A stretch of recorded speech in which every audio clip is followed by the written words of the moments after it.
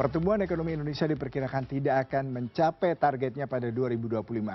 Dua lembaga internasional, baik itu Monetary Fund dan juga Bank Dunia, menurunkan atau mengkoreksi prediksi pertumbuhan ekonomi Indonesia di bawah target pemerintah sebesar 5%. Mimpi Presiden Prabowo bahwa ekonomi Indonesia akan tumbuh 8% dalam 5 tahun, perlahan semakin pudar. Apakah mimpi Prabowo ini masih realistis ataukah jauh dari realita? Untuk membahas ini telah bergabung melalui Zoom Awalil Rizky, ekonomi senior Bright Institute. Selamat pagi Mas Awalil. Selamat pagi Mas. Ya, ini sepertinya ada kabar tidak menyenangkan ya bagi Indonesia, terutama kalau kita bicara mengenai pertumbuhan ekonomi yang digadang-gadang bisa melesat. Tapi ternyata Bank Dunia dan IMF mengatakan ekonomi RI ini justru melambat. Salah satu faktornya adalah ketidakpastian kebijakan perdagangan global serta penurunan harga komoditas yang berdampak pada perdagangan RI dan kepercayaan investor. Nah, bagaimana Anda melihat pernyataan ini, Mas? Ya, kita harus mengakui dulu ya, ini bukan hanya Indonesia. Amerika saja juga diproyeksikan menurun. Jadi ini memang terjadi penurunan ekonomi global. Banyak negara, hampir seluruh negara diproyeksikan menurun dibandingkan perakiraan sebelumnya. Jadi Indonesia ternyata bukan pengecualian, sama. Nah, begitu, itu pertama. Yang kedua, yang digarisbawahi dari laporan Bank Dunia dan juga IMF, dua-duanya saya kira itu yang paling digarisbawahi adalah soal ketidakpastian. Dan ketidakpastian tersebut terutama dipicu dengan kalau di tahun-tahun lampau kita soal geopolitik ya, kayak sekarang nampaknya malah geopolitik tidak menjadi satu yang dikedepankan, tapi terhubung yang dikedepankan adalah soal perang dagang dan dampaknya. Nah itu diproyeksikan akan menurunkan volume perdagangan dunia atau sekurang-kurangnya pertumbuhan perdagangan dunia itu melemah.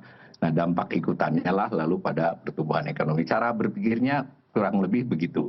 Nah untuk Indonesia itu termasuk yang cukup signifikan ya. Proyeksi dari 5,1 menjadi 4,7 itu, bahkan IMF itu sebenarnya 4,65. Nah untuk Bank Dunia masih memberikan ruang di tahun berikutnya kita naik sedikit tuh 4,8 di 2026. Tapi kalau IMF tetap itu 4,7, jadi lebih buruk. Nah kira-kira begitu dulu gambarannya itu. Jadi dari perdagangan dunia, perang dagang diasumsikan, nah itu langsung kena kepada banyak hal lain. Karena kalau perdagangan kan berarti kapasitas produksi di masing-masing negara itu menurun, salah satunya Indonesia.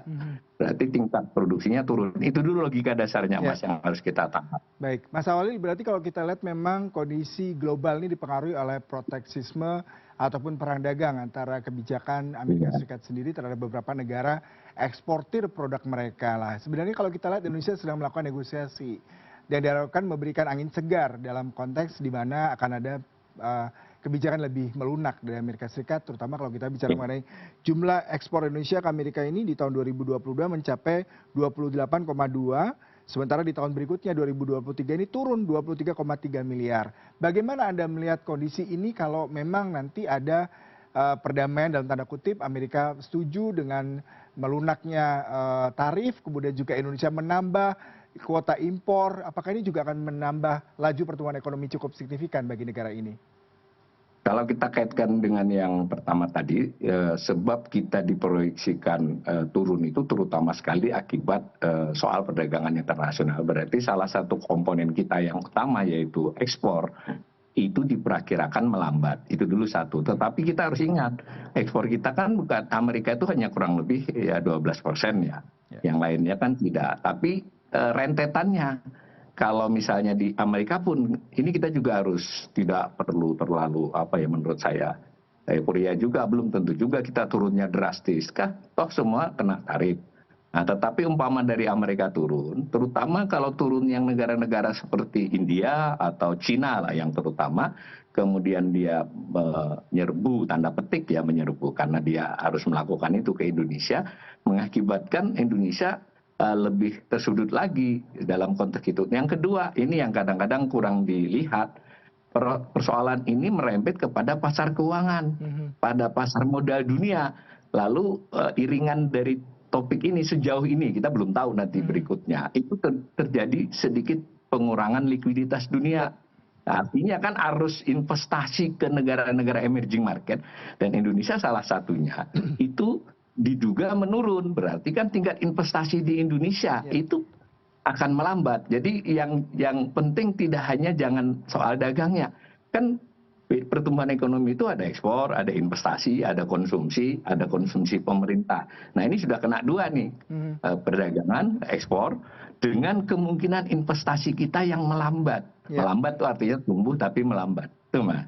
Ya, apakah ini memang bisa dilihat dalam periode terakhir ini banyak sekali capital outflow keluar dari market kita karena salah satunya ketidakpastian global dan juga menurunnya kepercayaan investor terhadap kondisi internal Indonesia. Bagaimana Anda melihat ini, Pak?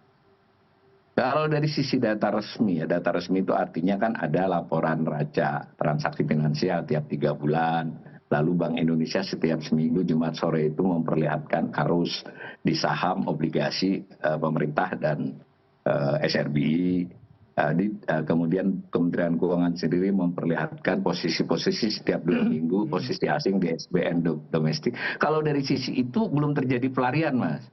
Bahwa wait and see, ya, asing tidak bertambah secara signifikan, minggu-minggu tertentu keluar, minggu berikutnya masuk lagi. So far year to date manageable.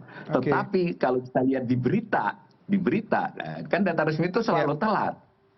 Kelihatannya yang jadi masalah justru adalah penduduk Indonesia yang keluar. Penduduk ini termasuk perusahaan ya, itu kan.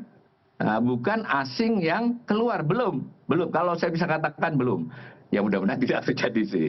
Maka itu yang menjelaskan mengapa pada saat dolar DXY itu menurun, umumnya mata uang banyak negara itu menguat. Nah tetapi rupiah tidak.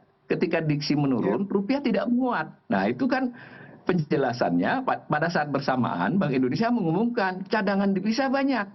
Cadangan devisa banyak harusnya kan penawaran dolarnya ada. Nah ini karena tekanan, jadi rumor tentang perginya ini menjadi tanda petik semi terkonfirmasi. Nah ini karena ada permintaan dolar dari pelaku domestik yang pergi keluar sehingga rupiah bertahan. Tentang kredibilitas, nah di situ jadinya sekurang-kurangnya kredibilitas kondisi itu kita tidak hanya lihat asing, pelaku besar domestik juga kelihatannya tidak terlampau yakin. Nah, dikhawatiri. Kalau dunia saya kira kalau dilihat sejauh informasi yang ada, ya masih netral aja. Jadi Indonesia yang di 2025 ini masih belum nggak jauh beda lah dengan 2024 secara kredibilitas. Rating juga ada yang nurunin, ada yang naikin, turunnya juga satu step. Tapi justru yang bermasalah adalah persepsi dari pelaku domestik yang besar-besar. Itu kalau menurut saya. Mas, kalau ini terjadi, Mas, maka ini terjadi, yang itu nampaknya belum dilihat oleh World Bank sama IMF karena laporan itu kan baru keluar. Dari pengalaman studi itu udah berakhir akhir Februari atau Maret, publisnya baru sekarang. Maka bisa jadi nggak 4,7 kalau ini benar-benar yang terjadi 2-3 minggu terakhir ini berlaku.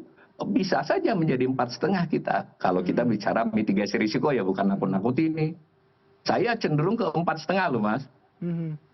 Berarti mimpi Prabowo dan tim ekonom Indonesia untuk bisa mencapai 8% dalam 5 tahun kepemimpinan ini semakin berat ya, Mas Awalil. Anda melihat bahkan Anda sedikit pesimis, tidak 4,7 bahkan 4,5%. Bagaimana Anda melihat ini? Ada baiknya loh kalau turun rendah itu, ini yang jarang mungkin dipahami ya. Kalau kita turun, ibarat turun tangga, maka tahun berikutnya naiknya jadi besar karena database-nya kan.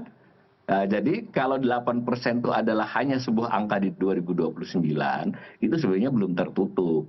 Tetapi kan ada proyeksi tuh di RPJMN itu tahun ini 5,3, berikutnya 6,2 dan seterusnya sampai 8. Nah kalau yang skenario ini kelihatannya nggak bisa jalan. Tapi bahwa kita masih punya waktu 4,5 tahun untuk 8%, ya tergantung respon otoritas ya, nggak hanya pemerintah ini, respon Bank Indonesia, OJK, pemerintah, dan kepercayaan dunia usaha. Jadi, tetapi bolehlah dikatakan kalau pas kita bincang ini, mimpi ini jadi agak lebih berat. Tetapi kalau saya mau berkata objektif, ya justru inilah penentuan. Karena kalau misalnya orang mau ngelompat jauh itu, Mas, kan bisa mundur sedikit. Ini malah pas kalau untuk ancang-ancang kalau responnya tepat. Iya, kalau melihat tadi Anda sepertinya pemerintah harus segera mengevaluasi dan memberikan banyak Ya, sekali kebijakan-kebijakan baru yang mendukung pertumbuhan ekonomi ya, lebih masif ya, mengingat tadi faktor ya. eksternal dan juga kepercayaan publik perlu ditingkatkan. Nah, yang menarik ini sebenarnya apa yang sudah dilakukan? Ada yang mengatakan pemerintah harus merubah paradigma kebijakan ekonomi. Seperti misalkan tadi saya membaca ada banyak komplain terkait dengan TKDN, kemudian hilirisasi, kemudian juga kemarin saya berbicara tentang tarif royalti, minerba. Bagaimana Anda melihat kebijakan-kebijakan pemerintah ini yang seharusnya bisa menjadi suatu driven untuk pertumbuhan ekonomi cukup signifikan, Mas? Ya, malah saya mau maju satu step lagi, Mas. Artinya kita bicaranya kalau 8% ke 2029, menurut saya tidak usah dikeluhkan kalau ini 4,7, tahun depan 5,0. Tetapi persiapkan untuk ancang-ancang menuju 8. Apa yang nampak kurang diperhatikan? Yaitu pertanian, Mas. Jadi justru sebenarnya kita ini fokus kepada peluang-peluang yang memang sementara ini kelihatan baik, tapi tidak memberikan fundamen. Betul ada pembicaraan tentang swasembada pangan, tetapi kalau dilihat itu lebih narasi, dilihat dibandingkan kebijakan-kebijakan yang masih di BKPM kah, di investasi, di narasi-narasi kebijakan pemerintah, tidak membangun sektor pertanian. Nah ini kalau melihat perdagangan dunia perang dagang ini kembali mengingatkan bangsa ini, pemerintah khususnya, bahwa kita harus perkuat basis pertanian dan pangan kita. Dalam jangka pendek, dia tidak memberi kontribut besar, tetapi sebagai ancang-ancang melompat di 2-3 tahun kemudian, inilah syarat untuk kita tumbuh di atas 5%. Nyaris kita tidak mungkin tumbuh di atas 5% jika pertaniannya tumbuh landai. Itu Mas, Hmm, kalau saya. ya. Dan pertanian dalam arti luas loh ya, bukan pertanian itu mesti padi, kan perkebunan pertanian. Hmm. Mengapa kita tidak bicara cengkeh, coklat, kopi dan sebagainya, atau produk-produk rempah-rempah rempah dan semua tanaman itu ini bisa diolah termasuk ekspor. Hmm. Kita selama ini ekspor kan terlalu karena memang peluang bisnis itu ya dunia usaha akan cari kan lebih ke tekstil dan sebagainya, lalu batu bara, lalu CPO, lalu nikel. Nah ini pemerintah, kalau yang saya sebut tadi nikel, batu bara, CPO nggak dibantu pemerintah juga, mereka udah bagus itu. Tetapi yang pertanian, saya sebut aja dengan kasat mata, kopi, cengkeh, kakao, produk-produk tanaman obat-obatan, itu bisa di manage ya, dikuatkan untuk membuat pertumbuhan ekonomi kita mungkin tahun 2025 di 4,7, 2026 itu mungkin hanya 5, tapi sudah kita punya ancang-ancang untuk tumbuh sampai 8% nanti. Hmm. Saya melihatnya begitu, Mas. Jadi Anda melihat kebijakan pemerintah seperti fokus pada komoditi mineral, hilirisasi, TKDN, dan juga Ya, kebijakan-kebijakan yang memang dianggap lebih relevan dengan mineral dan ya, minerba tadi tidak bisa menjadi salah satu solusi untuk meningkatkan pertumbuhan ekonomi, tapi ya. alih-alih justru melupakan pertanian. Bagaimana Anda melihat ini? Karena pertanian Indonesia sebenarnya cukup menyumbang besar, di BPS sendiri menyumbang 93,47 triliun di tahun 2024, tetapi Iya, hanya konsentrasi mungkin di kopi, kemudian juga di buah-buahan ya, tropis. Adakah betul. diversifikasi lain yang mungkin bisa Ya, dilakukan oleh konsumsi pertanian? bahkan belum diversifikasi, Mas. Itu kenapa tidak didorong lebih kuat? Jadi karena pasarnya ada. Jadi untuk mengkompensasi yang tekstil segala macam tadi, pemerintah harus ada saatnya untuk yang tadi kita sebut tadi, produk-produk perkebunan. Mereka tidak banyak dapat fasilitas. Ini contoh aja, jadi tidak mesti diversifikasi itu artinya produknya bertambah, tapi diversifikasi itu bisa berarti pasar kan. Negara-negara bisa jadi juga intensifikasi negara yang sudah kita ekspor itu kita dalami lebih lanjut. Dan kalau untuk yang produk-produk pertanian itu menurut saya persaingannya juga sama berat, tetapi pemainnya tidak sebanyak industri manufaktur misalnya. Tekstil itu kan lebih mudah ditiru, bahkan saling memperkuat. Tapi kalau produk-produk perkebunan, pertanian, apalagi yang rempah-rempah, tidak banyak negara yang bisa. Tapi saya sendiri termasuk ekonom yang suka heran ya, kenapa ini tidak jadi wacana? Memang nilainya kayaknya 1 miliar tadi sudah disebutkan. Tapi inilah saat untuk introspeksi. Jadi kalau orang kesulitan itu kan lalu memikir potensi. Nah, tidak lagi harus melihat yang saat ini besar, tapi kita melihat yang secara embrional besar. Kita bisa menjadi negara industri yang berbasis pertanian, bukan negara industri yang berbasis tambang. Atau apalagi ya tambang yang komoditas, apalagi kita langsung melompat ke negara industri yang berbasis teknologi, yaitu ke sana iya. Tapi pertanian, 40% penduduk Indonesia bekerja di pertanian, orang miskin separohnya di pertanian, itulah sumber pertumbuhan ekonomi Indonesia yang akan sustain menurut saya.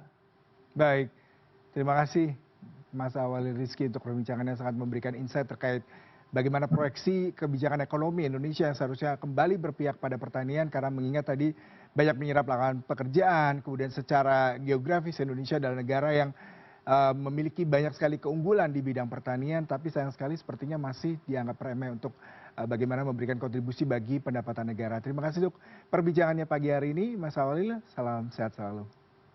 Sama-sama.